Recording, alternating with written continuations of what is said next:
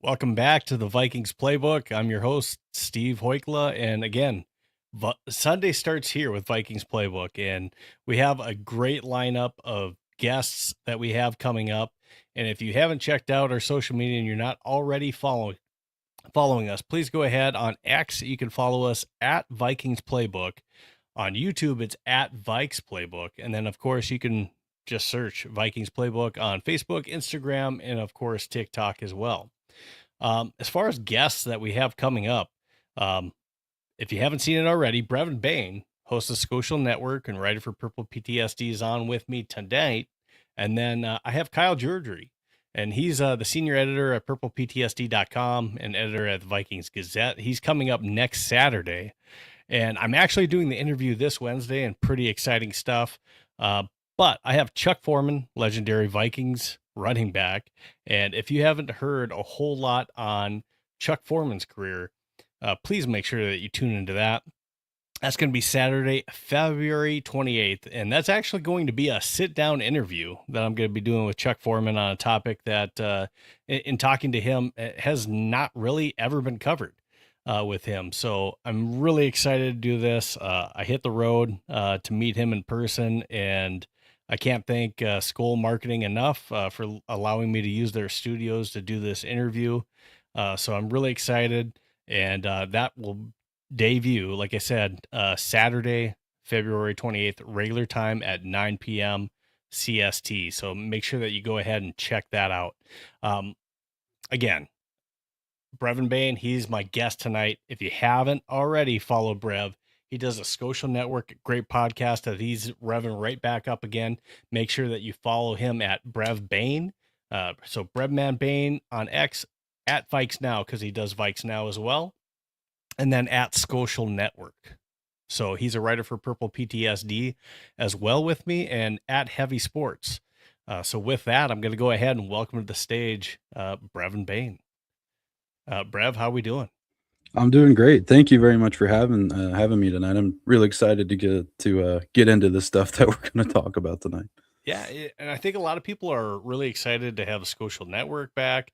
You did your first welcome back episode just last week, and I think a lot of people are just excited to see you back.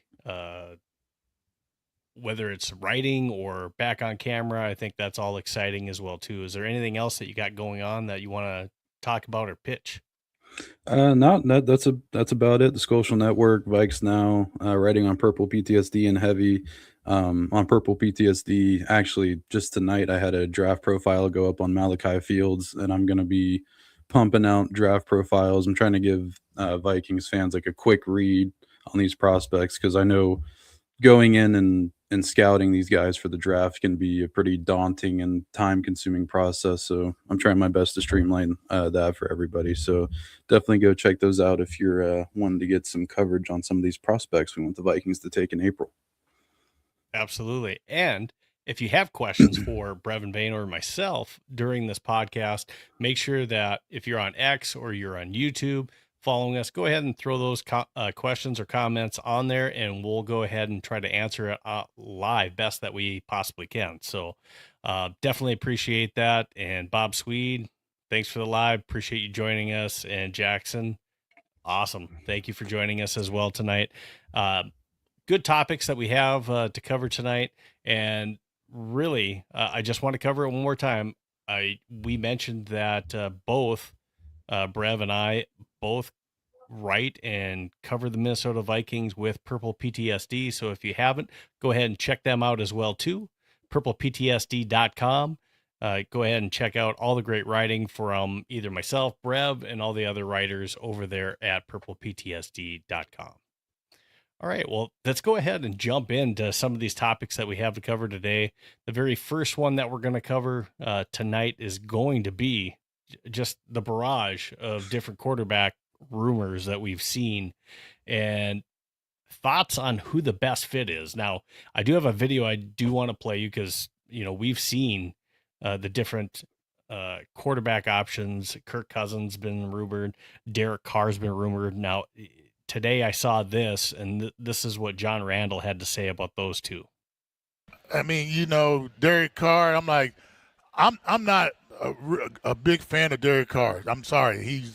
He retired, or he was saying he wanted to come back, then he retired on the guys. It's like the Kirk Cousins, talking about Kirk Cousins coming back. I'm like, dude, we've been down that road. No, move on. We want to move on from you.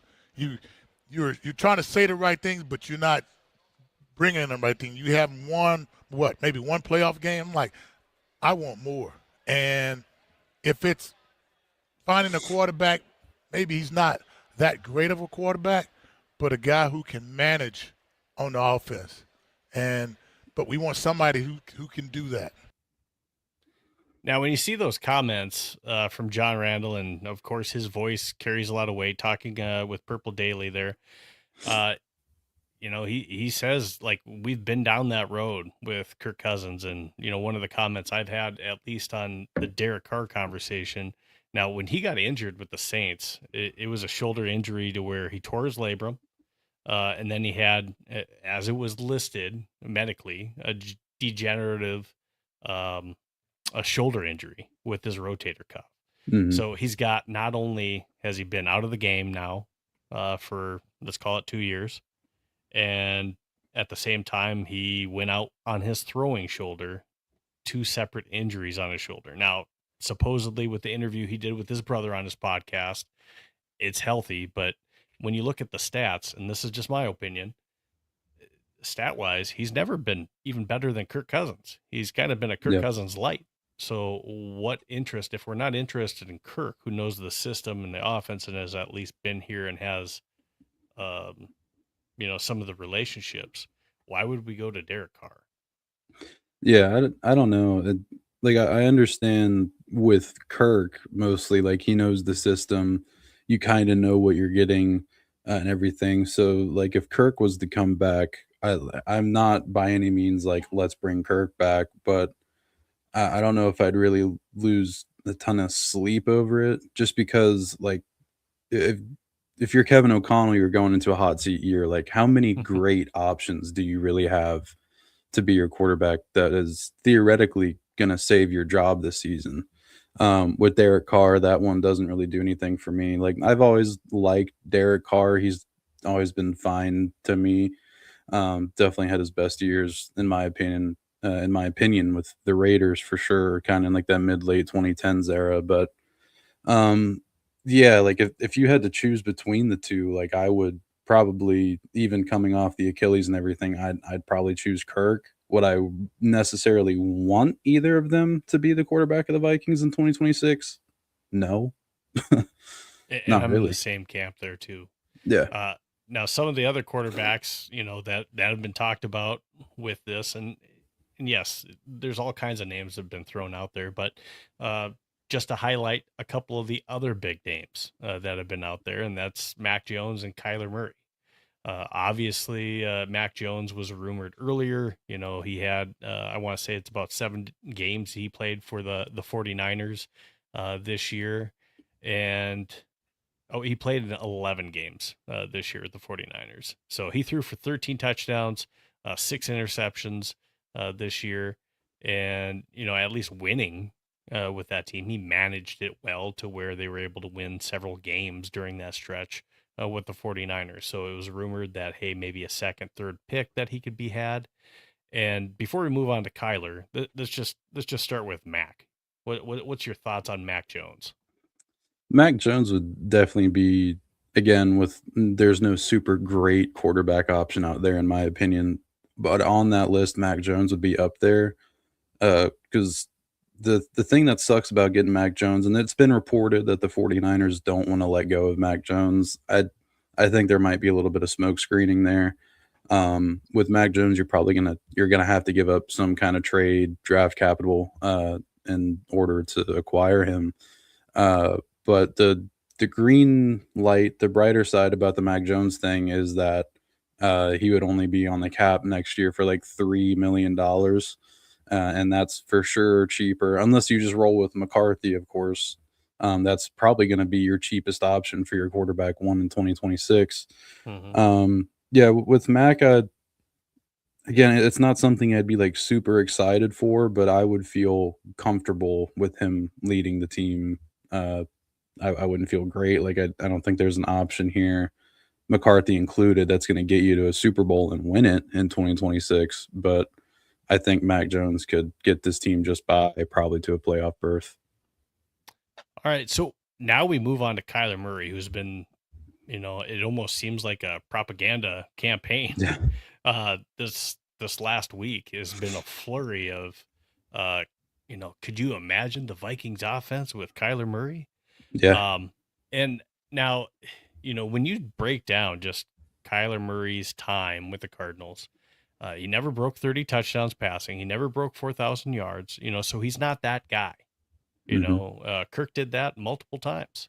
So you're not getting that type of passer. What you're getting is an individual that can run a little bit with the ball, and he can extend plays with his legs. But that's really his game, is getting outside of the pocket and hoping that your receivers are able to get loose to extend and make plays. And that can be dangerous. He's crazy athletic. It's just, and I think Ben Lieber probably broke this down the best. He's super athletic, but as far as a fit, he's not a great fit in the offense. What's your take on Kyler Murray? Is he a good fit? Is that somebody who we'd maybe want to see? Yeah, so he would actually be, and maybe I'm falling for a little bit of the propaganda here, but I just think it would be fun. Again, I don't know how many options are going to get you to a Super Bowl victory next year, but I'd be lying if I said I didn't think that Kyler Murray in this offense would be really fun. Maybe he's not the best scheme fit for the offense, but in just terms of watching the game, and kind of raising that ceiling on the offense a little bit, I think. And a lot of that is Kevin O'Connell and everybody's confidence in him to guide a quarterback in the best direction. Because like in defensive Kyler, he's never been a great quarterback. He's always been in that mid tier, but like he was obviously much better when Cliff Kingsbury, an offensive play caller, was there in Arizona. The Jonathan Gannon hire, as much as I love Gannon as a coordinator, he's not a head coach, and that kind of got proven. But that hire never made a ton of sense to me if you're committing that much money to Kyler Murray. So thinking that Murray, maybe just a change of scenery in a new offense with the weapons that the Vikings do have, I would be inclined to think that there's a decently high ceiling there. And if the beautiful people watching this have watched Vikes Now, because I know it got reported a day or two ago that my good buddy Phil Mackey said Kyler Murray has interest in coming to the Vikings. If you watch Vikes Now on the Skolcial Network, you would have known that last week because I reported that then. And I think what a lot of people are getting hung up on with Kyler Murray is the contract and the trade that you'd have to make, and rightfully so. If you trade for Murray, I think it's a $36.4 million cap hit or something. You can trade for him and restructure that contract to not be as like completely lethal to your 2026 cap room. And also, we're probably not talking about trading a first, a second, or maybe even a third round pick for Murray. We're talking about a day 3 pick this year and next year, maybe. So they want to get the money off the books too. Exactly, yeah. So the expense that the Vikings are paying is not nearly as detrimental as you would be inclined to believe before you dig into the numbers. I think I'm, like you said, like he would be fun to put in there because, again, some of his athleticism, you don't know what's going to happen. Yep. On a given play, because he can make things happen that shouldn't happen on a play because of his athleticism and what he can do with his legs. Now, and he's really good throwing on the run. That is his game. I think I'm more inclined to be on the Kyler Murray train, if you will, if they cut him. But the word that we're getting is, that they're looking to trade him, and just like, what is that price tag on top of the money? And then if you do take on Kyler, it's not a 1-year deal. It's not a competition in camp. He's the guy. Yep. If you trade for him, if you bring him in, he's the guy. And how long are we committing to him? That's the only question and potential issue I have, because he just got beat out by a journeyman backup, Jacoby Brissett, on the Cardinals. So what does that tell you too? So Exactly. that is a concern.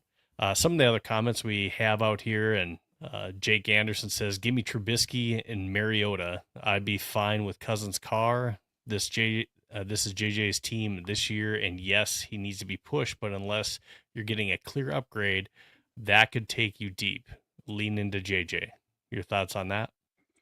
Oh yeah, I kind of agree, because there's like 5 quarterbacks maybe that you'd come in and would assume be the starter over McCarthy, and it's basically the quarterbacks we're talking about and Aaron Rodgers.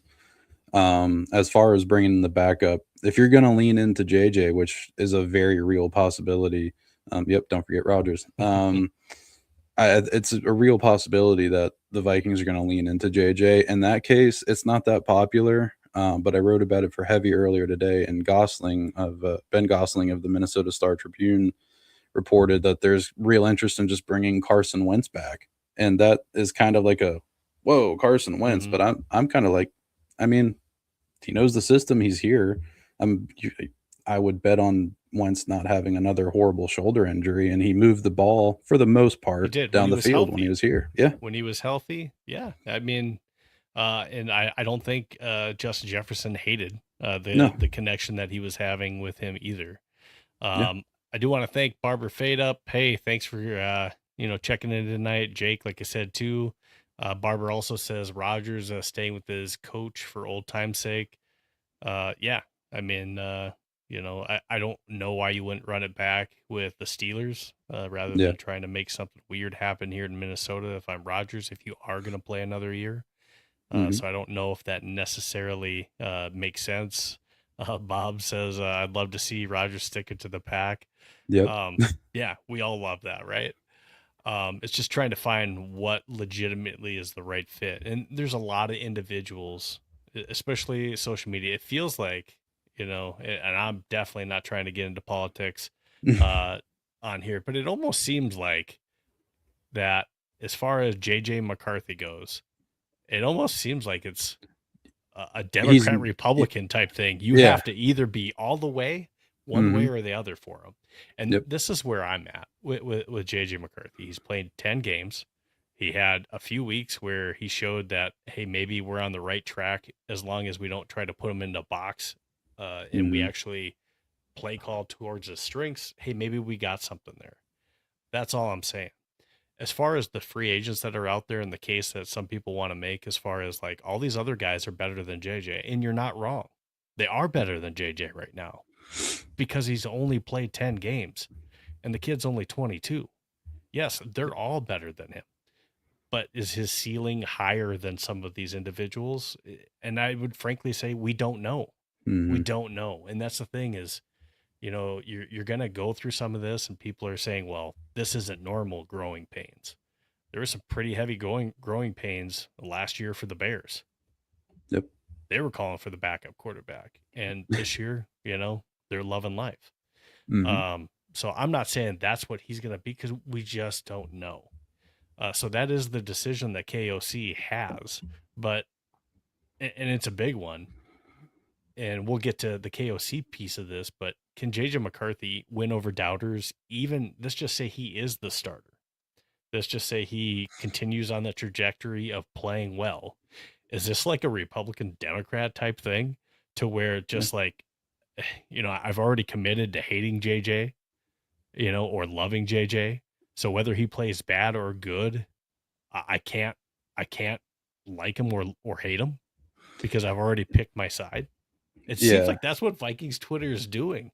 And I find that ridiculous. Now, you can have a take on him. Like, I can admit that, I'm not a JJ, lover, but I want to see him do well because he's the quarterback of our team right now. So I absolutely want to see the kid play well if he's going to be our quarterback. If he's not playing well, and if it's fair criticism, I'm going to let the kid have it. But yeah, I want to see him succeed. But Yeah. if he does well, are people willing to give him flowers? And then at the same time, if he doesn't, are the people that, are all about JJ, are they willing to admit, hey, it's time to move on? Yeah, the unfortunate reality that the Vikings now face is that bar, at least from even like going past the McCarthy versus non-McCarthy within the fan base, even at large, like with media, with all the NFL, like Twitter, everybody on there, the bar is now the Super Bowl because Sam Darnold just hoisted a Lombardi trophy last Sunday. So it I understand why that's the sentiment. I understand why that's the sentiment. It's not as black and white as that to me because I don't know if Sam Darnold is on the Vikings in 2025. Like I don't feel comfortable saying like the Vikings for sure would have won the Super Bowl because that's just not Right. how it works. But unfortunately, for those that are dead set against JJ McCarthy, that's going to be the sentiment was, well, we let Darnold walk and year one, he just won a Super Bowl. So at that point, it might be like at the absolute least, like a deep playoff run where he plays well and isn't carried by like Brian Flores' defense. If he's making game winning throws deep playoff run, we can start to talk about it. But the bar is now, because Sam Darnold won the Super Bowl, for everybody to kind of be in agreement. It is the Super Bowl, like a Super Bowl win, in my opinion. Yeah. And with JJ McCarthy, when we talk about him, I don't think that has to be a love-hate thing. Let's just look at him for what he is. He's a young kid trying to figure it out. And to me, like, hey, it's been 2 years. We now have 2 years of injuries. To me, 3 things that can't happen this year. One, you got to stay healthy. If you can't stay healthy, then I think at that point, we can now start to make the decision that, you're just one of those individuals that can't stay healthy for us. We got to move on. We got to have you on the field. The second thing, we have to continue to see him improve game by game. I'm not saying he can't have bad games, but bigger picture in the overall format, if he's the starter, we have to be able to see that he's continuing to improve, to get better, and that, hey, there's a future with him. If that's not happening, we need to be able to pivot. Now, with that being said, some of the big things that we didn't see from JJ McCarthy, and, maybe we did at times, but you got to be accurate. We got to be able to extend drives. You talked about the defense and supporting the defense. The biggest thing that we can do in supporting the run game is some of the stats we've seen with how effective Jordan Mason was on big plays. We got to be able to run the ball, and we can't run the ball if we're not extending the drives. And, some of this is, a combination of JJ McCarthy. He only played 10 of those games, but some of that is JJ McCarthy. Some of that is, hopefully we're healthier on the offensive line. And some of that is play calling by KOC, running the ball in obvious run situations, Yeah. So, there's a combination of, there's plenty of fault to go around, but, above average quarterback play can cover up a lot of those different mistakes. And that's where if JJ is the guy, he's got to be able to do that. Barbara Fade Up says JJ will bounce back in a good year like May, Nix, and Williams. I don't know if that's the case. I hope that that's the case. That would be great. But can he stay healthy for a full year? Or is it just going to be, we see 4 games where, man, that looked good, and then a nagging injury keeps him out of 2-3 games. And then we got to go back to try to working him back in. We just can't have any of that for this year. Can't. Yeah, and I'm glad you touched on the run game a bit too, because it's not even, I mean, obviously at all times of the season, there's going to be times where a team can't run the ball, but the Vikings in 2025 had like the 12th best success rate when running the ball, which just means like it was a good run play. It was positive. It was positive on the game flow and everything, but they just didn't do it enough. They were like bottom 5, bottom 6 in terms of frequency. And like you said, some of that is play calling, the 3rd and 4th situations, especially before the last stint of McCarthy over those last couple weeks was just god awful, for lack of a better term. But a lot of that also is if McCarthy's getting sacked and not keeping the offense in the green and we're getting behind the script, then like you can't run the ball. So and if you're somebody who stat box watches, and that's how you determine the success of a football game, and you were to look at our running game, be like, man, that's miserable. Yeah. But then when you break it down, it's, well, how come you didn't run the ball more? Exactly. You were having success. And you could see it even on the field. We'd have stretches where we were having success and then we would just disappear. We would stop doing it. And we were having success, even with all those different offensive line combinations. Justin School in there yet. We were still having success, and moving different people around. Juergens is in there. Brandel's in there. We're still having success. Going on to the next topic. All right. So with JJ McCarthy, we saw reports of they want him to have a big offseason. So, talking about his mechanics, they're talking about his accuracy. They're talking about him being a better leader, maturing, all that stuff. Okay. I think that's all to be expected. You can put it in words and be like, wow, that's a lot that he has to do. I think that's something that you want all young quarterbacks to do. But I think realistic expectations, let's talk about those. What do you want to see in this offseason? I mean, other than, JJ getting with Justin Jefferson, Addison, and throwing the ball around, realistic expectations as far as when he comes into camp, what do you want to see? I mean, he almost, and I think like his leadership qualities honestly are great to the point where he talks too much. Because he seems like a very natural leader, but when he starts going up to the podium and he's like, yeah, that wasn't JJ McCarthy, that was 9. Or when he's doing the gritty into the end zone, which was awesome, to be fair. He's like, yeah, coach told me not to do it, but I still did it.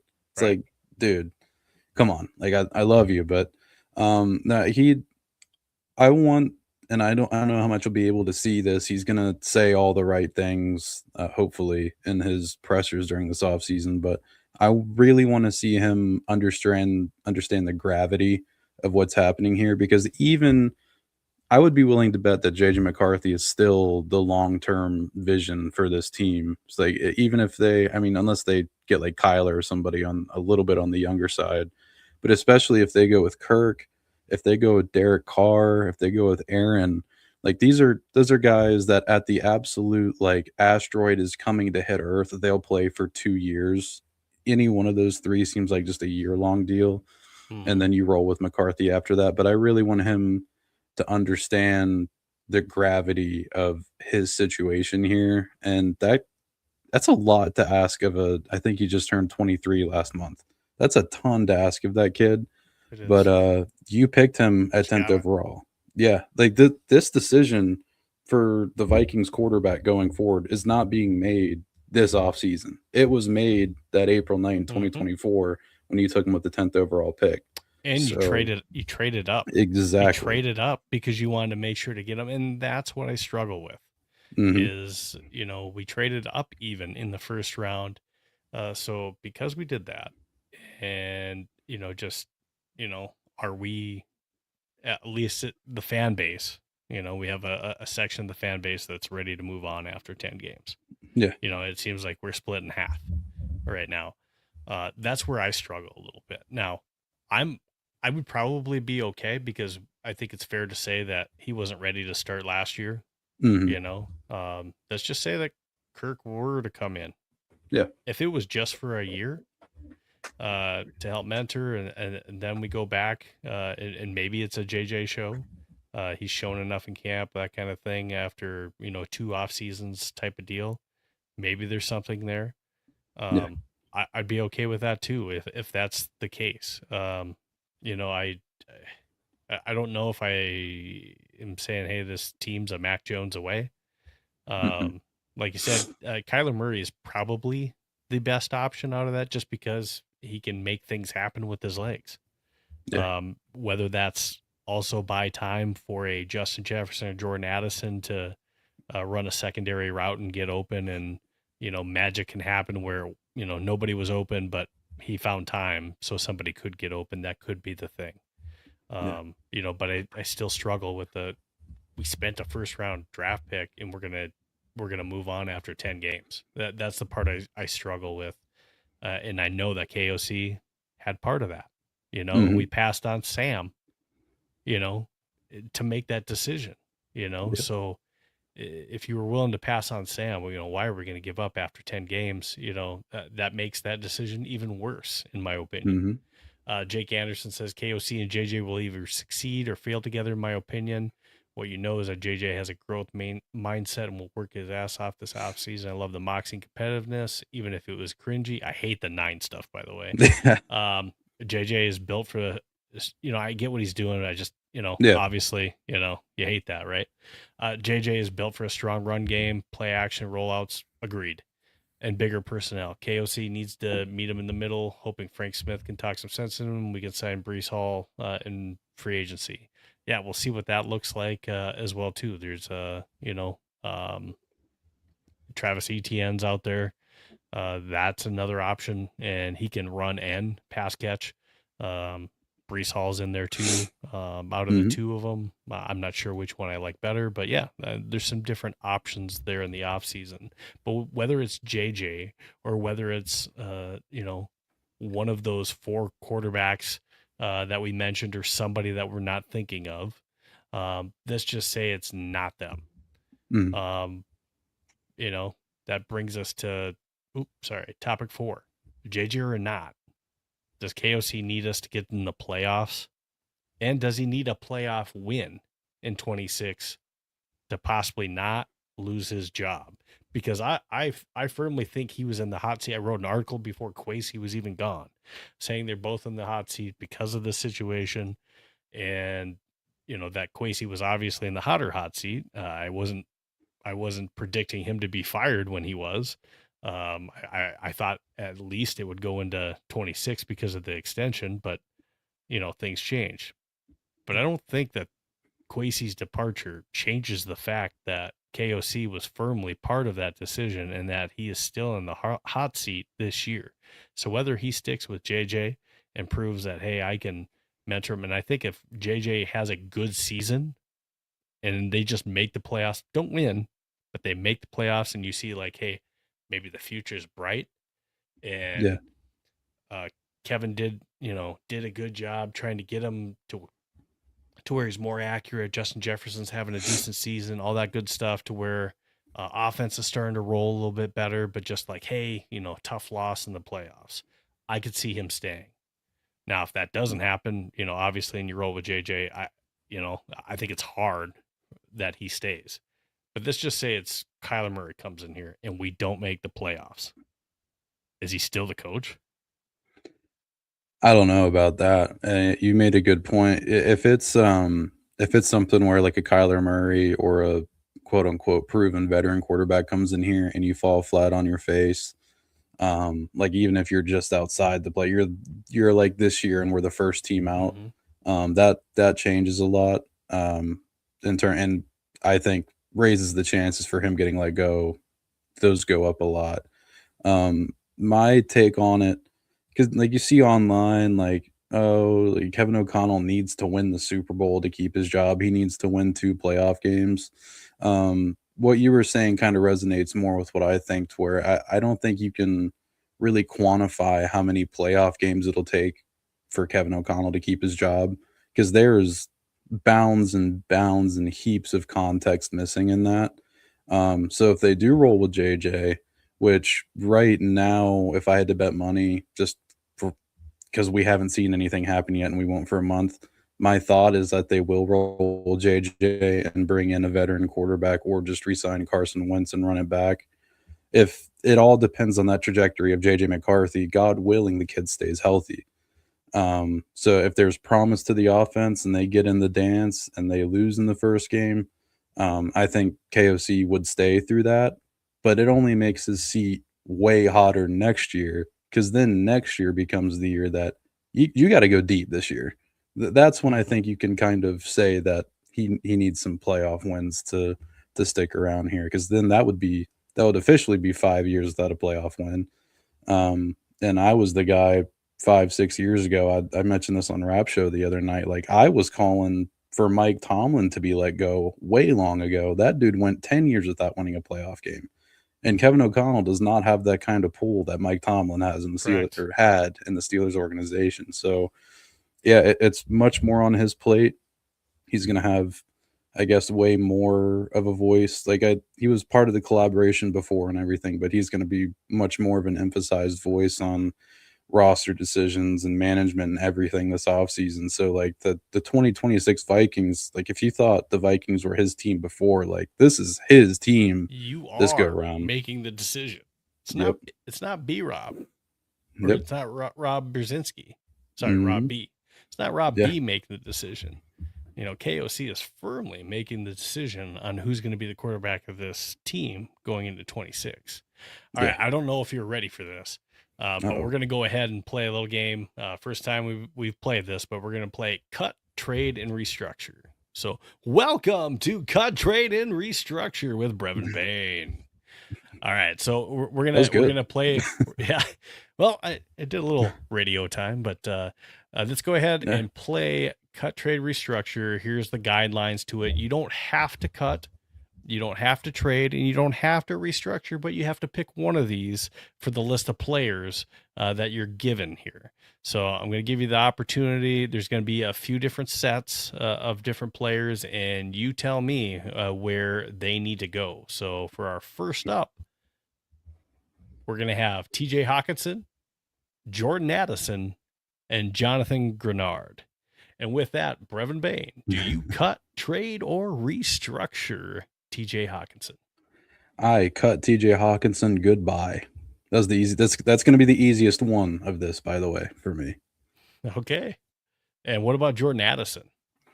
He's in his fifth year. We can do the fifth year option. So they're, let's call that one a restructure if you decided to do that. Are we going to stay and pick up that fifth year of the rookie contract, or are we going to cut or trade? For Addison, Jordan Addison. Yeah, no, I can see the Vikings. I wouldn't be against the Vikings trading Jordan Addison, but for next year having to be a competitive year, I'm going to go ahead. I think they have by May 1st to pick up the fifth year. So say for Addison, they'll pick up that fifth year and roll with them. I agree with you. And with this, we just got done talking about KOC probably on the hot seat, right? Are you going to get rid of Jordan Addison in a season where you need to win games? I don't see him wanting to do that. I definitely don't. Exactly. And let's just say that, and Barber Fay, that brings up it, cut TJ, and you talked about it. Yeah. So if TJ's not here, we can't get rid of TJ and Addison in the same year. Mm-hmm. I think that would be a really bare covered at that point. Yeah. So that would be really tough. So Jonathan Grenard, cut, trade, or restructure? I see him come up a lot in trade talks. If you want to buy in on Dallas Turner, who started to look good at the end of last year. Jonathan Grenard, if I had to do one of those three, it would be trade to a team like Cincy and get some day 2 draft capital if we can't get out of them.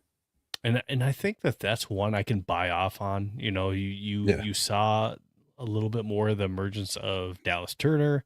And of course we got Andrew Van Ginkel, and I could see us potentially, we'll see what happens in the draft, the way that things fall. But I could see us possibly picking up somebody in the draft as well too, not just on the defensive tackle position, but possibly on the defensive end position to strengthen that position even more, and possibly get some more draft capital from Jonathan Grenard. Plus, it also eases up our salary cap situation all at the same time, and we get a little bit younger on this team. Yeah. All right, on to the next set. We have Brian O'Neill, Javon Hargrave, and Eric Wilson. Brevan Bane, Brian O'Neill. Do we cut, trade, or restructure? Brian O'Neill. See, I think he's a extension candidate. So I'm cool with go ahead and I guess restructuring, for lack of a better term, going ahead, because you can extend and restructure him. So correct. He's been playing a little bit banged up, but I'd go with Restructure for Brian. I totally agree with that. Brian has probably been our most solid, for sure on the offensive line, but he's been our most solid player, maybe on offense, other than Justin Jefferson, over a stretch of years, last 5-6 years. He's been a really solid individual and piece to this offense. All right, so Javon Hargrave. So, there was talk, he didn't have a terrible season, and I think this is one of those to where it wasn't so awful where you have to get rid of him, but he's definitely carries a big cap number, and I told you that I'd pick this up for you as well too. So he's carrying a $21.4 million cap hit. So if we did decide to cut him pre-June 1st, we save almost $11 million. Yeah, we're gonna go ahead and do that. Yeah, I agree with you. I don't think he wasn't awful. He's just not worth that money whatsoever. So I'd definitely be cool with just letting him walk. And Barber Fade Up definitely agrees with you on Grenard, trade and draft younger for depth. So he's kind of on the same page that both of us were at. And then Eric Wilson. Eric Wilson was a late add to this team, veteran who's been here before. And he comes back on this team and possibly has one of the more outstanding performances of anyone on the defense. And it was just remarkable. Other than Jalen Redmond, Eric Wilson was probably our best defensive player last year. Yeah, since I restructured Brian and cut Javon, I guess I got to go trade for Eric Wilson here. I mean, I'd like to see the Vikings give him like a 1 or 2 years. Trade. Oh, I don't have to. Oh, you don't have to trade. Okay, we'll give him an extension. He's a weird one. I don't know how much he'd be asking for in terms of an extension, but he's definitely somebody I'd love to keep around. Yeah, and Eric Wilson, I think he's one where he's going to have more teams that are probably willing to pay him. So we are going to have to pay him a little bit more money than we probably want to keep him. But with maybe not a whole lot of depth in the linebacker position. And, the draft didn't work out for us last year with Kobe King. You almost have to bring him back unless we have someone else that we're going to try to plug into that position. It's going to be a tough one there. Ivan Pace is a restricted free agent too. And Eric Wilson took his job. Correct. So yeah, both of them could be gone this year. So I definitely think this team has to get out in front of the Eric Wilson sweepstakes, if you will. Yeah. All right. So let's jump on to our last one. We got Aaron Jones, Jonathan Allen, and Justin Skule. And with the Aaron Jones piece, I think we've all heard that, in many of the mock drafts that we've seen, there's a lot of individuals that are trying to pick up a running back typically in that 3rd round, I think, in a lot of mock drafts that I've seen. Yeah, we'll definitely go ahead and cut Aaron Jones. I forgot the exact number that he saves you, but I think it's in the 6-7 million. So it's 7.7 million is roughly where you're going to save because he has a 14.5 cap hit. So we take 6.8 mil in dead money. But again, we save 7.7 if we cut him pre-June 1st. Okay, so we're going to cut Aaron Jones is what I'm getting. Okay, yeah, thank you for your contribution. Yeah, absolutely. And he's been a good teammate. He absolutely has. Yeah. Jonathan Allen. So Jonathan Allen came into this team last year, and, I would say, so there was talk of, which one played, because him and Hargrave both came in, and I honestly think Hargrave has made the bigger impact than Jonathan Allen, although Jonathan Allen's contract makes him a little bit more difficult to do something with. When we take a look at the over the cap numbers for $4 million, Jonathan Allen, where is it? I did have it pulled up. I think we save $4 million if we do it pre-June 1st. Yeah, it's not good. It's not favorable for us to do something with him this year. Sorry, it's $6.5 million. We would eat 17.3 dead money. So he's got a 23.8 hit, and that's the difference between Javon Hargrave and him. If you're going to cut somebody, is just we're lopsided. With Jonathan Allen. versus Javon Hargrave. So even though Javon probably played better and maybe is the one that we'd probably maybe rather keep, contract wise, we're in a sticky situation with Jonathan Allen. Yeah, with Allen, and it's just like you mentioned. Oh, sorry. I was just gonna say I'd restructure him. Yeah, I'd restructure Allen because I don't think anybody's coming trading for him. So restructure, I don't know what that would look like, but I think you need to keep one of those two. And just like you said, with the contract lopsidedness, it makes sense to keep Allen. Yeah, absolutely. So now we move on to Justin School. And, yeah, he was not a fan favorite for most of the year with anybody. But later on the season, I think he got better as the season went. But as far as depth goes, do we re-sign Justin School? Do we cut him? He's not a trade candidate by any means. So you really have the options of cutting or re-signing or restructuring Justin School. So what do we do with an individual like that? He started to play better. We have issues at depth. Hopefully we don't have the mess that we did last year. Do we look for someone new in the draft, or do we look at somebody new in free agency? He's one of those guys where I'm fine with restructuring or extending him to where even if it's something where you don't sign him before free agency starts, but you let him go out, see what teams are offering these depth tackles. But he's one of those guys where if he signs with the Vikings, my face is going to stay blank. If he signs with another team, my face is also going to stay blank. So he's obviously not that good, but for a depth tackle, I don't want to get forced into paying a lot of money for a depth tackle. That's kind of where I'm at. Yeah, I think you bring him into camp until you have a solution of somebody better, at least at the tackle position. That is one of the spots that I've been looking at later in the draft because we have other priority needs right now. You're hoping Darisaw can be a healthier version of himself here this next year. But I think that we would be making a big mistake by not picking up a tackle somewhere in this draft. Yeah. All right. Well, that's all I have for cut, trade, and restructure. So that I don't have any sponsored segment for that, but yeah, thanks for playing that. I think that was fun, neat, and at least something a little bit different. Yeah. So we have, of course, something that you've all been waiting for. I'm sure those of you out there want to see it. We have mock drafts. So mock draft time with Brev.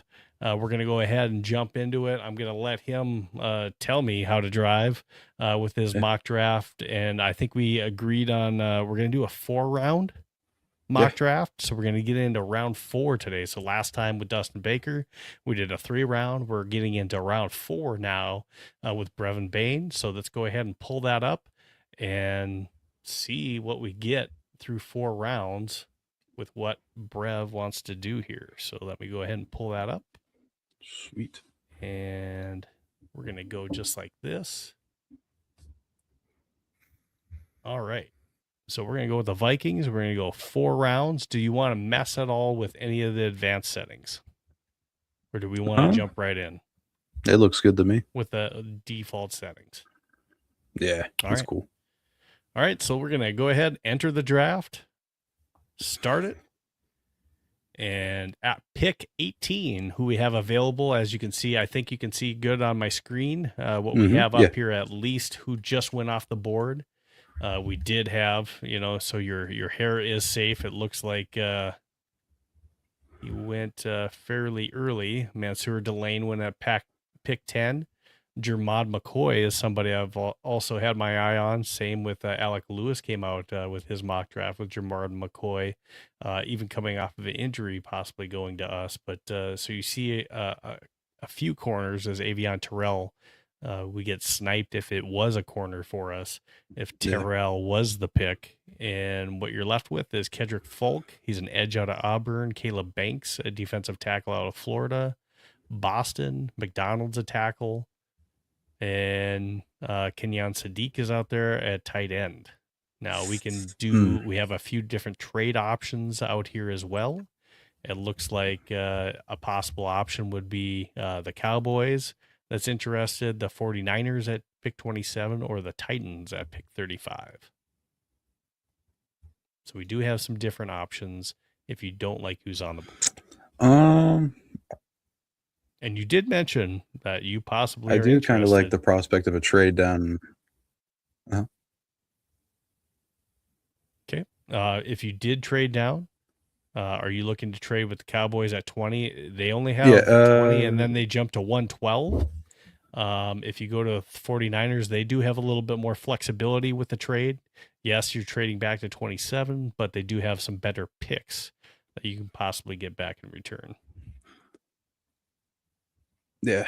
Sorry, I think my internet lagged a little bit right there. I do like the prospect of trading down with San Fran. See what we can get out of them for 27. Okay. For 27, you're probably going to get, they won't give up. Ooh, well, you can get 58. So you could get 27 and 58. Yeah. And I don't think that's a terrible deal. No, I love that, something actually. like that. Yeah. So that's, maybe you get 171, but if we're being realistic, let's say we're going to get 27, 58. Yeah, I like that trade. Okay, let's go ahead. Trade has been accepted. So we're back to 27. Kenyon Sadiq is still on the board. Let's just look to see who went off the board. So Falk, McDonald, Banks are now off the board. Conception, CJ Allen, and Lemieux just went off the board. But Kenyon Sadiq is available. And for our needs, running back, center, and DB. These are kind of the options. You do see Brandon Sissy that I've seen also mocked to us. Yeah. Different drafts that's available. I'm going to take Brandon Sissy. He feels good at 27. I'm not super in love with him, but he feels like a good pick here. I actually do have an article coming out on PurplePTSD. I finished up before writing the show, a draft profile on Brandon Sissy. So definitely go be sure to read that. But he's a little raw in zone coverage, but for Brian Flores defense, I mean, I trust him to shore up a corner, and he can play good man, has good fluid hips. He's really fast. So I like that right there. All right. So we've made the pick, and I do like that pick for us. Getting Brandon Sissy at that, and hey, we were able to trade back. We got a corner yet in the first round, and we picked up 58, which is good value. I don't hate that at all. Some different individuals. You do see that somebody's been mocked to us. Safety Emmanuel McNeil Warren is off the board at 41. That's Colton Hood, another cornerback out of Tennessee, is now off the board, and AJ Halsey out of LSU is now off the board. That's safety. So who we do have on the board is Keontae Scott. He's a cornerback if you're wanting another. Jake Golday at linebacker is out there. D'Angelo Pons is out there. But are you wanting to go back to back cornerback, or is there different positions that you're kind of looking at here? I'm not going to lie, just looking at where the cornerback room is right now, because you have on contract your top two are Byron Murphy and Isaiah Rodgers. And Murphy might be a restructure candidate this year. Exactly. Yeah. So, I really don't hate the Vikings going back to back at corner. I forgot to mention, I will be in Pittsburgh for the NFL draft, actually, so I'm really excited for that. So if they were to do this, I'd be very excited.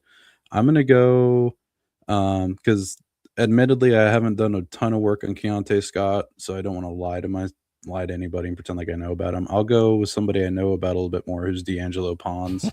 I was kind of thinking that's where you were going to go. Yeah.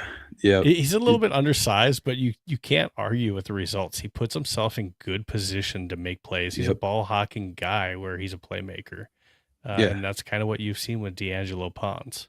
He plays big, and I like that. Mm-hmm. All right, so D'Angelo Pons. So we've went just to recap. Brandon Sissy at 27, D'Angelo Pons at 49. Our next pick coming up is at 58. Just off the board is who you saw here. So not a whole lot of different names that we saw come off the board.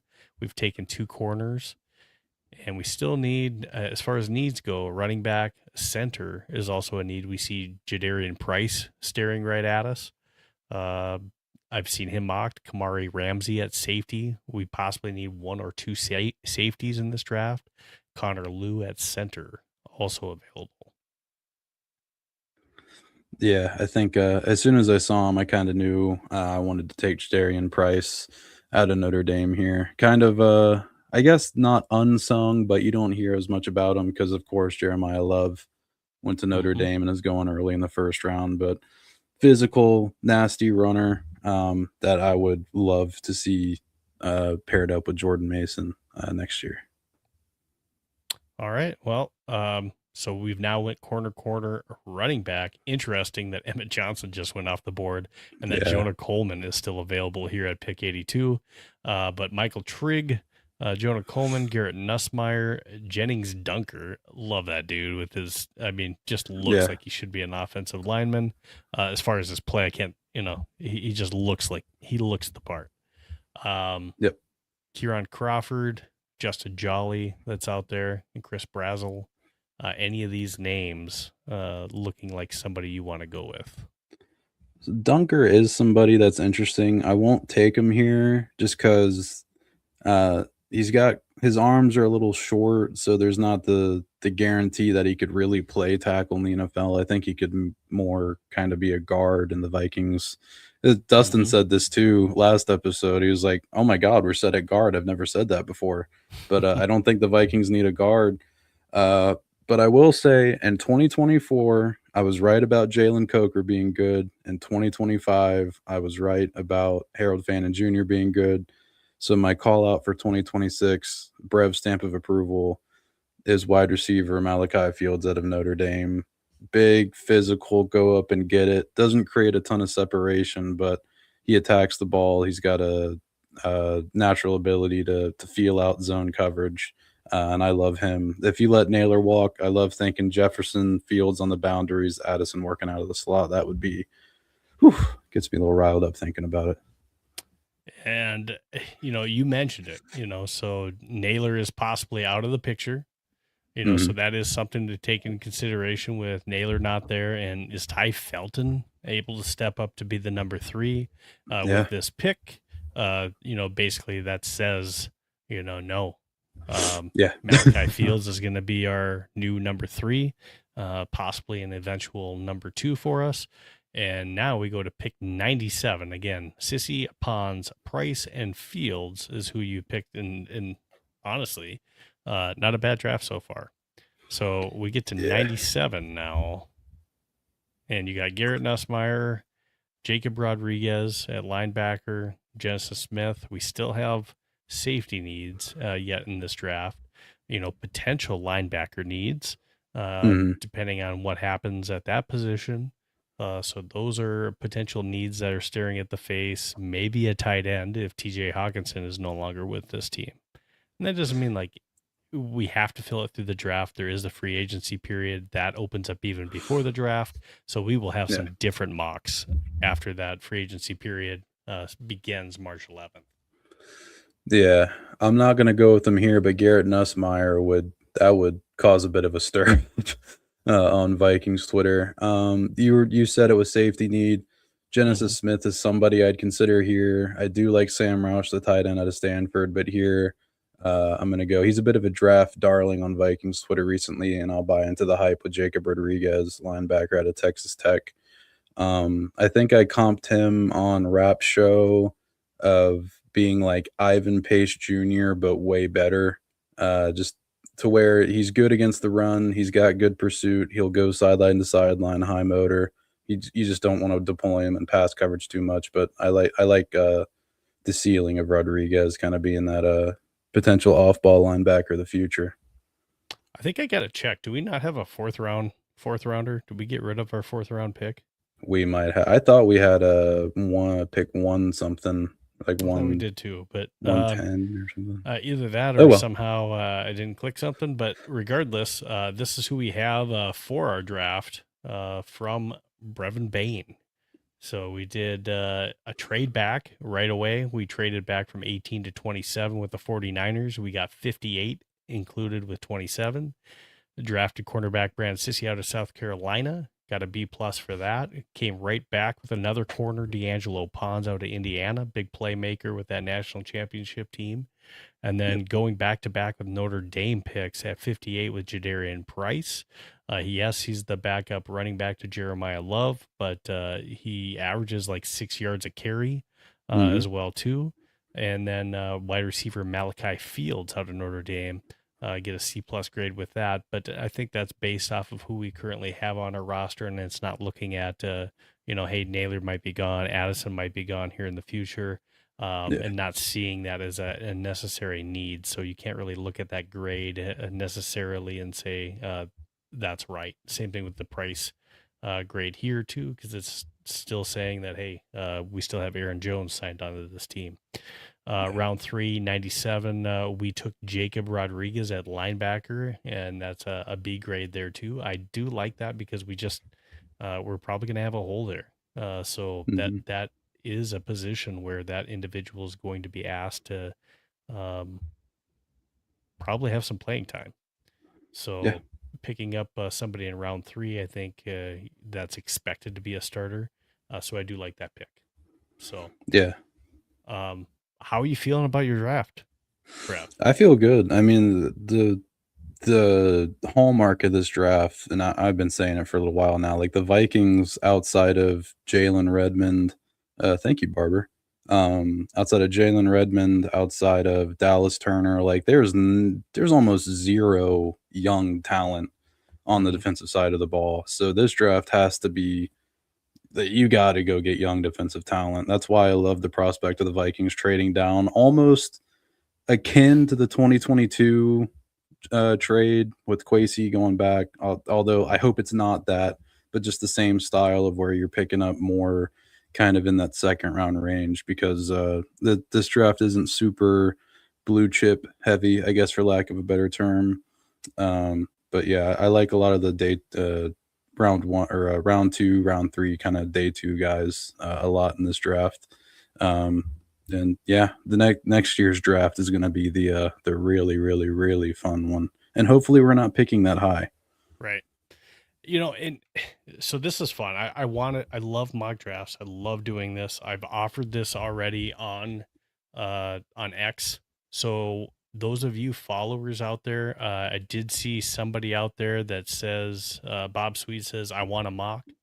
If you want to do a mock draft with me, I plan on at some point scheduling a date to where we're going to do a bunch of mocks with you guys, the followers, fans. So I want to bring you on and let you guys pick some different mock drafts. I would prefer that you have a mic camera that I can bring you on, but I want to bring multiple individuals on here and just get some different mocks going to see what your thought process is as far as what you think the Vikings need, because all we are doing here is speculating. We don't know what the Vikings big board is. This is our outside view as far as what we think the Vikings should prioritize in the draft. But yeah, it's fun to speculate, and what could be, for the Minnesota Vikings here coming up in the 2026 draft. So if you're interested in that, please make sure that you hit me up either at Vikes Playbook, or you can hit me up at Steve Hoikkala on X. And I'll kind of put you on one of those spots as long as you have a good cam and mic, and we can get that set up and the date works out for you. Those are kind of some of the main topics that I wanted to cover with you today, Brev. Do you have anything else that you wanted to talk about? Nothing off the top of my head. I mean, if you wanted to go on for another 8 hours, I could tell you about how much I want the Vikings to cut TJ Hawkinson this offseason. Sure. We got to go to bed at some point. Sure. No, I mean, that really sums it up. I think that's kind of, we covered all the main points of the offseason pretty much here tonight. Well, this was awesome to have you on. I mean, obviously, with Skolcial Network starting back up too, if you're ever looking for a guest, you can definitely count me in for that. Yeah. And if you guys haven't already, again, follow Brev on social media. That's at Skolcial Network. If you're looking to follow him there, at Vikes Now as well, and at Brevan Bane on X as well. So again, he does a Skolcial Network, Vikes Now, writer for people, PurplePTSD.com, and Heavy Sports. So Brev's pretty active as far as covering the Minnesota Vikings as well too. So we thank you for that. And yeah, just again, thank you for coming onto the show, playing a game show with me and doing a mock draft. And I think this is definitely fun for our followers as well too. So definitely appreciate everyone else that's out there that's watching, but please make sure that you go ahead and follow us, whether it's Brev, whether it's myself out there with Vikings Playbook. Definitely make sure that you're supporting the things that we're doing, because we want to keep bringing you guys Minnesota Vikings coverage. So please make sure that we're doing that. And can't thank you enough for joining Brev and I and talking some Vikings and sharing that with you guys. So again, this is Vikings Playbook. Your Sunday starts here with us. And until next time, Skol Vikings, and thanks again, Brev. Appreciate it, brother. Thank you very much. Thank you.